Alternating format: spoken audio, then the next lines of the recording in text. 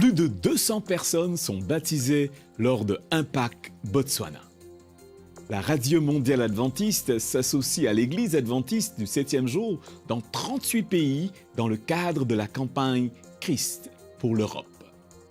Le président de la conférence générale, le pasteur Ted Wilson, rend visite aux autorités au Nigeria et demande la liberté de conscience pour tous.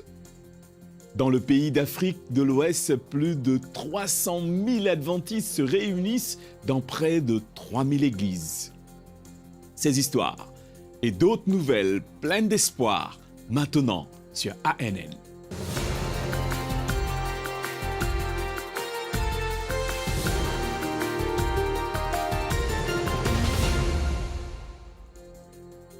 « 234 personnes ont été baptisées lors de Impact Botswana.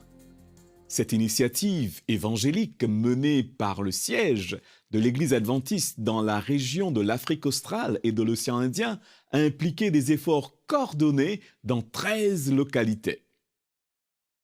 Dans l'un de ces endroits, l'accent était mis sur la langue des signes pour servir la communauté malentendante. Pour plus de détails sur cet événement incroyable au Botswana, écoutons Noël Sibanda. Dans le cadre de cette confiance en l'évangélisation, la division de l'Afrique australe et de l'océan Indien s'est engagée dans un plan stratégique de « Je partirai » qui couvrira toutes nos unions sur notre territoire. Cette année, le SID est ciblé, Botswana et l'Union des Églises de l'Afrique australe, SAU. Plus d'une douzaine de sites ont été établis avec les pasteurs locaux et les pasteurs du SID descendant à Francistown. La conférence du Nord du Botswana était en retard et les pasteurs locaux étaient sur le terrain, qui partageaient la tribune avec certains des leaders de la SID. Tirant sur tous les cylindres, les réunions évangéliques ont attiré un large public et sœur Margaret Mulambo, accompagnée de Douglas Mapeta et Gerald Hara, où ils ont commencé à repousser les limites en utilisant la langue des signes. C'est une prise de conscience importante pour vous d'aimer tout le monde, compris? Aucune discrimination, aucun regard méprisant envers eux. Et toi, tu es?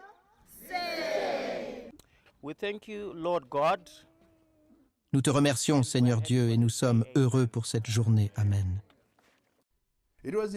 C'était en effet une bénédiction d'obtenir la permission du gouvernement du Botswana d'évangéliser ses frères et sœurs qui sont en effet doués, chéris et précieux pour l'Évangile. Et des dizaines ont choisi Jésus comme leur sauveur personnel, et 2 ont été baptisés aujourd'hui, et les autres n'ont pas la permission de leurs parents et tuteurs.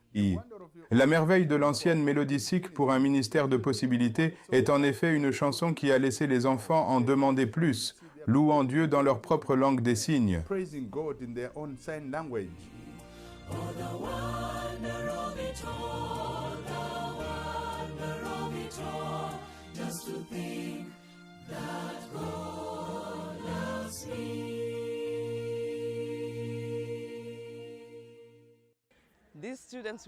Ces étudiants, nous avons été avec eux ces 2 dernières semaines et cela a été merveilleux d'être avec eux. Ils apprenaient à propos de Jésus, de la Bible, du chant. Nous louons Dieu d'avoir été avec eux.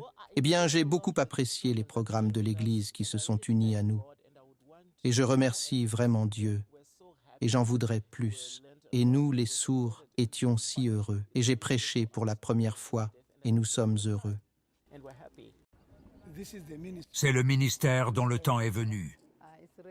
C'est vraiment merveilleux, mon frère, parce que la plupart du temps, nous ne nous attendons pas à ce qu'ils fassent tout cela. Nous sommes excités. Nous pouvons voir que nous sommes tous en pleurs. Le point culminant de ces 2 semaines de réunions évangéliques a abouti dans la grande banlieue. Cela a été assisté par tous les membres de l'Église et les visiteurs qui ont assisté aux réunions évangéliques. En prenant leur vœu de baptême, les nouvelles religieuses étaient tellement excitées de faire partie intégrante de l'Église adventiste du 7e jour.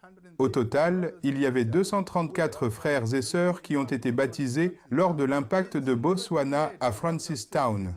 Et cette vieille dame a dit que c'était vraiment une joie pour elle d'accepter Jésus comme son sauveur personnel.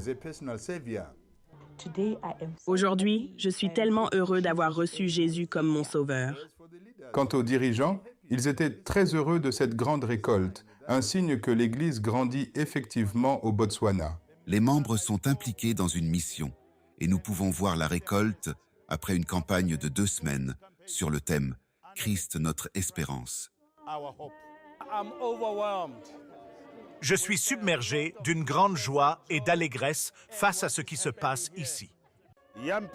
Les jeunes, même les adultes, disent oui à Jésus et il vient très bientôt. Alléluia.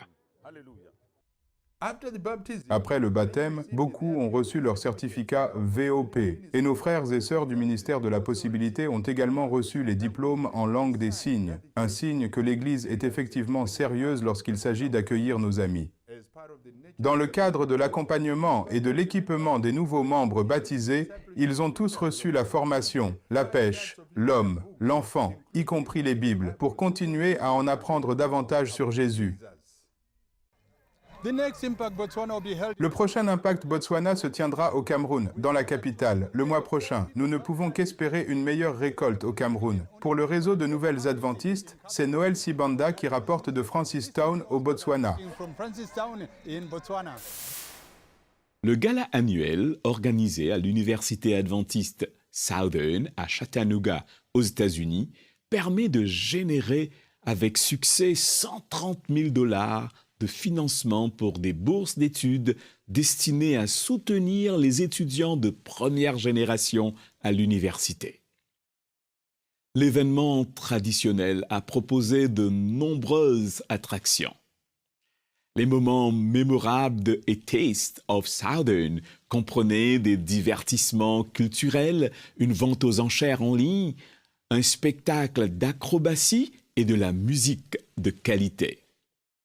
Southern a été classé parmi les meilleures universités pendant les 22 années consécutives par le US News and World Report et est également considéré comme la 2e université régionale la plus diversifiée du sud des États-Unis. Les invités ont pu assister à une performance en direct, en plein air de l'équipe acrobatique Jim Masters de l'université, ainsi qu'à des performances de l'orchestre symphonique de Southern et du célèbre ténor invité pour l'occasion David Phelps. Depuis le début de l'année, une mobilisation importante de l'Église adventiste s'est opérée dans toute l'Europe. La Radio mondiale adventiste, en partenariat avec les membres, sont unis dans la campagne Christ pour l'Europe. Les initiatives se déroulent dans plus de 1500 lieux dans 38 pays du continent. Les détails de ce marathon évangélique historique peuvent être découverts maintenant dans le premier des 4 rapports. Ensemble, découvrons le pouvoir transformateur de Dieu en Europe. Bonjour, je m'appelle Camille Othman et voici AVR 360. Suivez-nous à Prague, capitale de la République tchèque, où la place de la vieille ville abrite la statue du réformateur John Hus, martyr de la foi protestante. Cet emplacement revêt une immense signification pour nous, en tant que chrétiens de la Réforme protestante. Une inscription de John Hus déclare « Aimez-vous les uns les autres et souhaitez la vérité à tous ». Cela pourrait être dit de la raison d'être de Christ pour l'Europe, la vérité pour tous. L'idée du projet Christ pour l'Europe a commencé quand Radim Passour a partagé son rêve d'un événement évangélique à l'échelle de l'Europe avec le président de la Conférence générale, Ted Wilson, et le président de la Radio mondiale adventiste, Dwayne Mackey. La prophétie biblique confirme que Dieu place toujours son amour en Europe. L'évangélisation dans ce continent revêt une importance cruciale, tant pour le salut de nombreux individus que pour la compréhension de notre époque et la révélation de la nature divine. Louons Dieu pour les dirigeants qui montrent l'exemple. Le pasteur Wilson prêche une série de réunions par an. L'Église, du reste, a besoin d'un dirigeant orienté vers l'évangélisation. Christ pour l'Europe vise à diffuser la parole de Dieu en Europe, malgré un contexte séculier. Nous sommes témoins d'un grand nombre de personnes attirées par la puissance transformative de Christ, choisissant le baptême et souhaitant faire partie du peuple de Dieu dans les derniers jours, caractérisé par l'observance des commandements de Dieu et la foi en Jésus-Christ. Christ pour l'Europe, un rêve devenu réalité, rassemble de nombreux pays répondant à l'invitation de la Radio mondiale adventiste pour cette initiative évangélique. La réponse a été incroyable. Au début de 2023, 3 divisions, 30 unions et 38 pays ont participé à 1530 sites évangéliques. Avec des locuteurs locaux ainsi que 146 conférenciers invités venant du monde entier, ces réunions ont rassemblé tout le monde, se tenant la main pour prêcher là où beaucoup considèrent comme impossible à atteindre. La Radio mondiale adventiste a confiance en la puissance de Dieu. Malgré les doutes de certains, des auditoires curieux et émerveillés entendaient les messages des 3 anges pour la première fois. Avec l'urgence croissante des événements finaux, nos efforts évangéliques doivent redoubler d'intensité.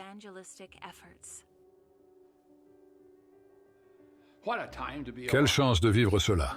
Jésus a dit « Allez dans le monde entier et prêcher, enseigner et baptiser ». Avec Christ pour l'Europe, c'est exactement ce que nous faisons. Des dynamiques intéressantes sont en cours. Dans mon pays, en Amérique et partout dans une partie du monde occidental, des églises font partie du club de l'impossible. Nous avons vu cela en Europe aussi. En Russie, le club de l'impossible, il existe. Après avoir prêché et baptisé lors de Christ pour l'Europe, tout a changé. Nous avons maintenant le club, faisons-le encore une fois. En Espagne, plus de 40 églises étaient membres du club de l'impossible. Eddie Canals, mon assistant, a discuté avec les pasteurs hispanophones en Amérique du Nord. Ils ont organisé une réunion Zoom avec les pasteurs en Espagne, ont tenu des rencontres, baptisé de nombreuses personnes, devenant ainsi membres du club. Faisons-le encore une fois, c'est tout simplement incroyable. Quelle opportunité extraordinaire de vivre cela. La Radio mondiale adventiste a mis en place des sites de formation à travers l'Europe. 12 formateurs ont parcouru le continent, offrant des sessions intensives accessibles à tous, laïcs, dirigeants d'église, pasteurs et étudiants en séminaire.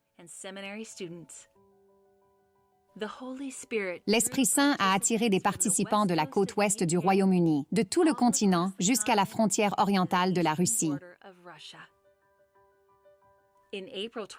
En avril 2023, le docteur Jan Kabunkal a été envoyé à Prague, une ville athée postmoderne, pour former des jeunes. Ces derniers ont ensuite mis en pratique ce qu'ils avaient appris lors d'activités de sensibilisation. La mission de l'Église est de prêcher l'Évangile à tous comme témoignage pour toutes les nations.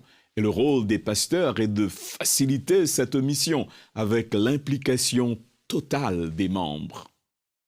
C'est l'analyse que le président de la conférence générale, le pasteur Ted Wilson, présente dans cet épisode de ANN In Depth.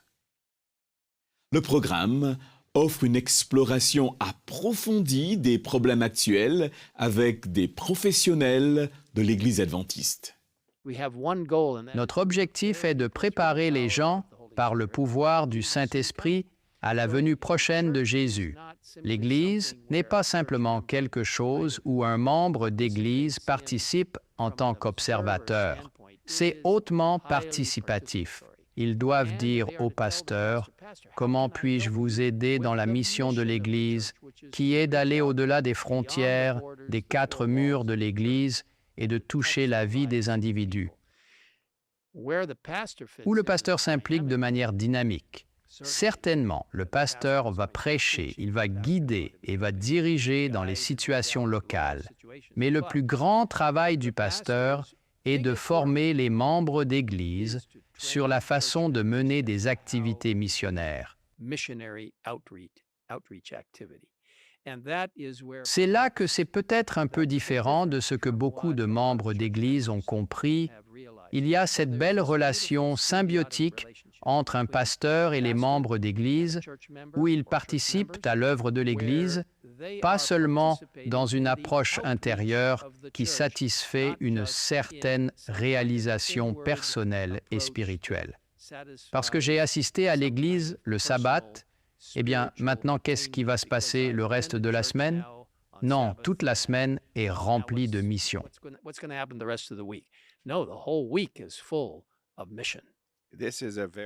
Si analysons tout ça, il y a beaucoup à analyser.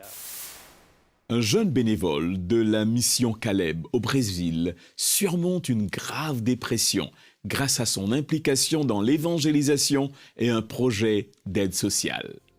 Guilherme a quitté la maison avec l'intention d'aider les autres, mais a été surpris par l'impact que le projet a eu sur sa vie personnelle. Le projet Mission Caleb est un appel aux jeunes à vivre une expérience missionnaire. C'est un programme volontaire qui lance aux jeunes adventistes le défi de consacrer leurs vacances à l'évangélisation dans des régions où il n'y a pas de présence adventiste, dans le but de renforcer les petites congrégations et de gagner de nouvelles âmes pour le royaume de Dieu.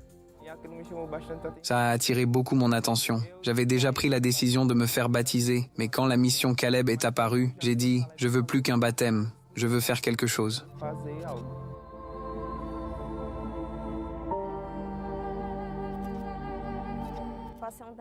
J'ai vécu à l'étranger assez longtemps. J'étudiais à l'université.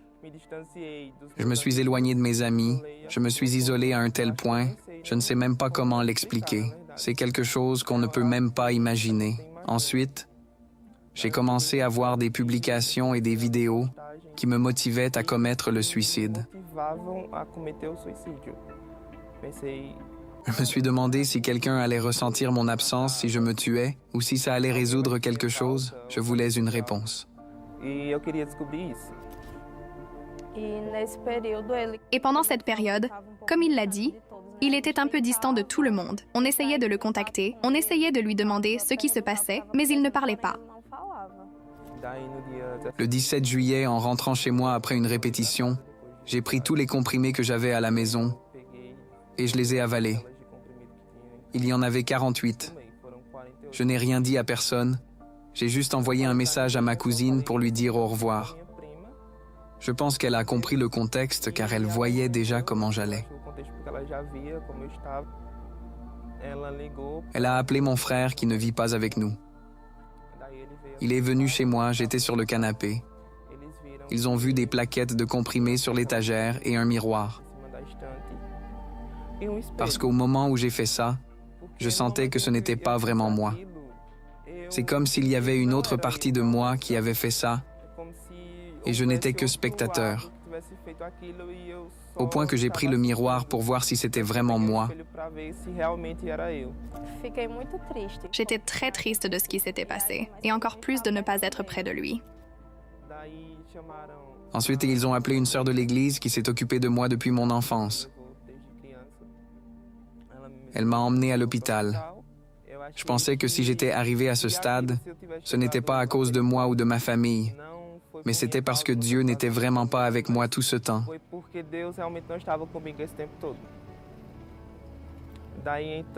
Alors j'ai cherché à combler un vide qui était en moi. J'ai commencé à boire. Il a décoloré ses cheveux, les a colorés en violet, en bleu, et je me disais, mon Dieu, qu'est-ce qui arrive à Guilherme? Après septembre, octobre, par là, j'ai commencé à me sentir mieux. C'était grâce aux médicaments, mais ma vie spirituelle restait la même. Je voulais d'une manière ou d'une autre essayer de le récupérer. Donc, quand j'ai entendu parler de la mission Caleb, je me suis dit « Wow, je vais former un groupe et je vais appeler quelques jeunes d'Arco Verde ». Le premier nom qui m'est venu à l'esprit était Guilherme. J'avais besoin de me sentir utile. J'avais besoin de faire quelque chose pour changer ma vie. Je me suis dit « Bon, je ne fais rien, je n'ai rien à faire, alors je vais accepter ».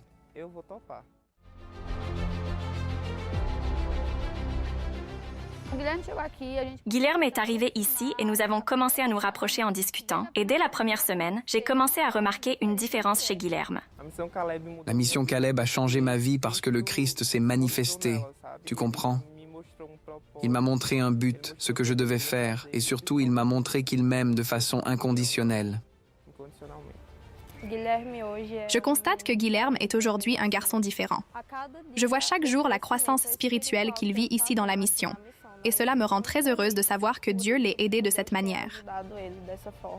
La mission Caleb a été incroyable, car non seulement ma vie spirituelle est plus forte, j'ai une communion plus profonde avec Dieu qu'auparavant, mais j'ai aussi l'opportunité d'aider d'autres personnes et de voir que je suis utile dans leur vie, quand elles disent que je vais leur manquer. C'est donc incroyable de savoir que j'ai eu un impact dans la vie de quelqu'un. Je suis venu à la mission Caleb pour sauver, et c'est moi qui ai été sauvé. Le président de la conférence générale a rendu visite aux autorités au Nigeria et a plaidé en faveur de la liberté de conscience pour tous. Le pasteur Ted Wilson est venu participer à la célébration du centenaire de l'Église adventiste dans l'Est du Nigeria et a rendu une visite de courtoisie pastorale au gouverneur de l'État d'Akwa Ibom, le pasteur Umobase Eno, à la maison d'État à Uyo, au Nigeria. Le pasteur Wilson a également encouragé le gouverneur à mettre en œuvre les pouvoirs inhérents à sa fonction afin de créer des conditions favorables dans l'État, permettant ainsi aux adventistes du 7e jour et aux autres observateurs du sabbat de participer aux élections, aux examens et aux initiatives de nettoyage communautaire en dehors des heures dédiées au sabbat. Plus de 300 000 membres de l'Église adventiste du 7e jour se réunissent dans environ 3000 lieux de culte à travers le Nigeria. En Colombie, les communautés sont touchées par un message d'espoir et un encouragement à vivre sainement. Une équipe de 35 cyclistes adventistes du 7e jour s'est lancée dans un périple de 420 km entre les villes de Tunja et Bucaramanga.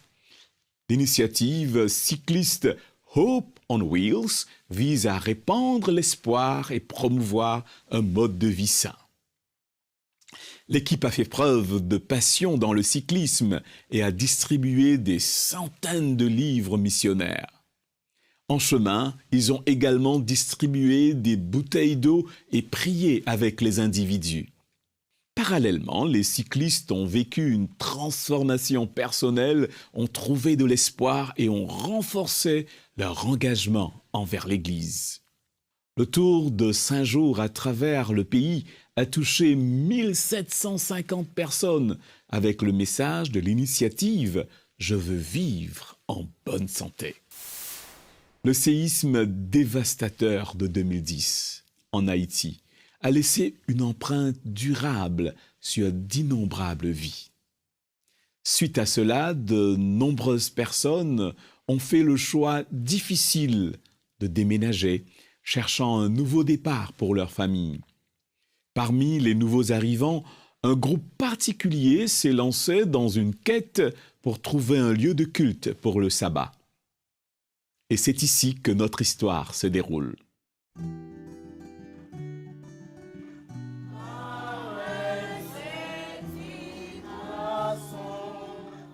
La plupart des membres de ce groupe sont arrivés au Chili après le violent tremblement de terre qui a frappé Haïti en janvier 2010. Certains ont tout perdu et ont décidé de quitter le pays à la recherche d'une vie meilleure. L'un d'entre eux se prénomme Viller. Il est membre actif de ce groupe et aussi le premier haïtien de ce groupe arrivé à Santiago. Cette congrégation a vu le jour lorsque Viller et d'autres immigrants haïtiens cherchaient un lieu de culte pour le sabbat. Ils ont trouvé une église adventiste au nord de Santiago et le groupe s'est multiplié. Ce groupe s'est tellement développé que l'église a vu l'opportunité d'implanter une nouvelle congrégation. Aujourd'hui, une cinquantaine d'Haïtiens se réunissent chaque sabbat dans ce modeste espace.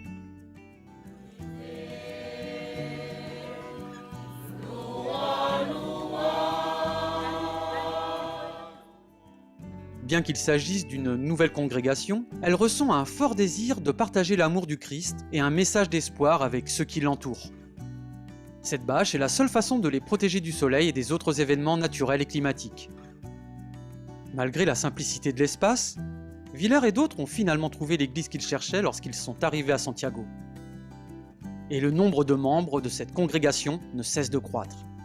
Ils espèrent agrandir leurs locaux pour répondre aux besoins de la congrégation.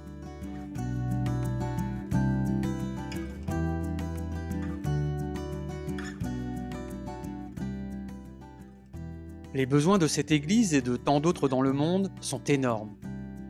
Merci de prier pour ce groupe de fidèles afin qu'ils soient une lumière brillante dans leur ville.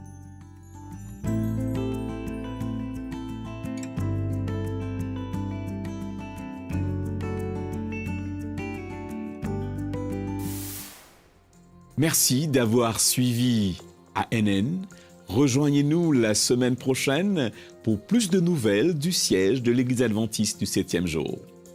Saviez-vous que l'Église adventiste du 7e jour a une chaîne YouTube où vous pouvez regarder ANN vidéo, ANN in-depth et plein d'autres vidéos étonnantes sur la prophétie, la santé et l'étude de la Bible. Cliquez sur le bouton s'abonner pour ne jamais manquer une nouvelle vidéo. Vous pouvez également nous laisser un commentaire ou un sujet de prière. Une équipe prie pour vous 24 heures sur 24, 7 jours sur 7. Avant de nous quitter, voici une bonne nouvelle tirée du psaume 91, les versets 15 et 16. Il m'invoquera et je lui répondrai. Je serai avec lui dans la détresse. Je le délivrerai et je le glorifierai. Je le rassasierai de longs jours et je lui ferai voir mon salut. Ainsi s'achève notre programme de cette semaine. N'oubliez pas que vous pouvez toujours visiter adventist.news/fr pour des nouvelles quotidiennes et des vidéos. À la semaine prochaine pour d'autres nouvelles de foi, d'amour et d'espérance. Que Dieu vous bénisse.